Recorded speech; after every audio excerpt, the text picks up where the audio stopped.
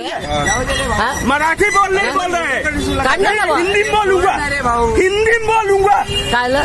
देखिए, अगर आप खबरों से अपडेट रहते हैं तो हमारे देश के विभिन्न राज्यों में चल रहे भाषा विवाद के बारे में आप जरूर जानते होंगे।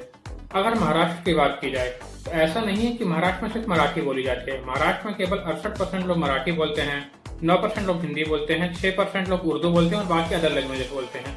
और ऐसा एक भी राज्य नहीं है महाराष्ट्र का जहाँ केवल मराठी बोली जाती है। चलिए हम जानते हैं आपकी भाषा संबंधित कुछ अधिकार।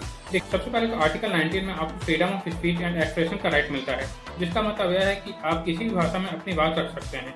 इसके साथ ही आर्टिकल 19 यह कहता है कि भारत के निवासी नागरिकों को अपनी विशेष भाषा, लिपि या संस्कृति बनाए रखने का अधिकार होगा।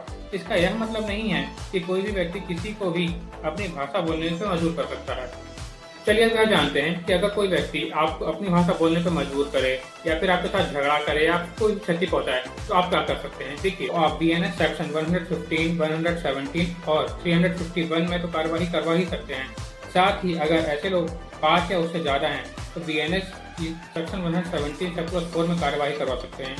इस सेक्शन में साफ साफ लिखा है कि यदि 5 या उससे ज्यादा व्यक्ति किसी को मूलवंश, जाति, समुदाय, लिंग, जन्म स्थान या भाषा या व्यक्तिगत विश्वास या किन्हीं समरूप आधारों पर ग्रीवियस हर्ट करते हैं तो उसे 7 साल तक की सजा हो सकती है और साथ में जुर्माना भी लगाया जाएगा। अगर आप यहाँ तक पहुँच गए हैं तो सब्सक्राइब जरूर करिए।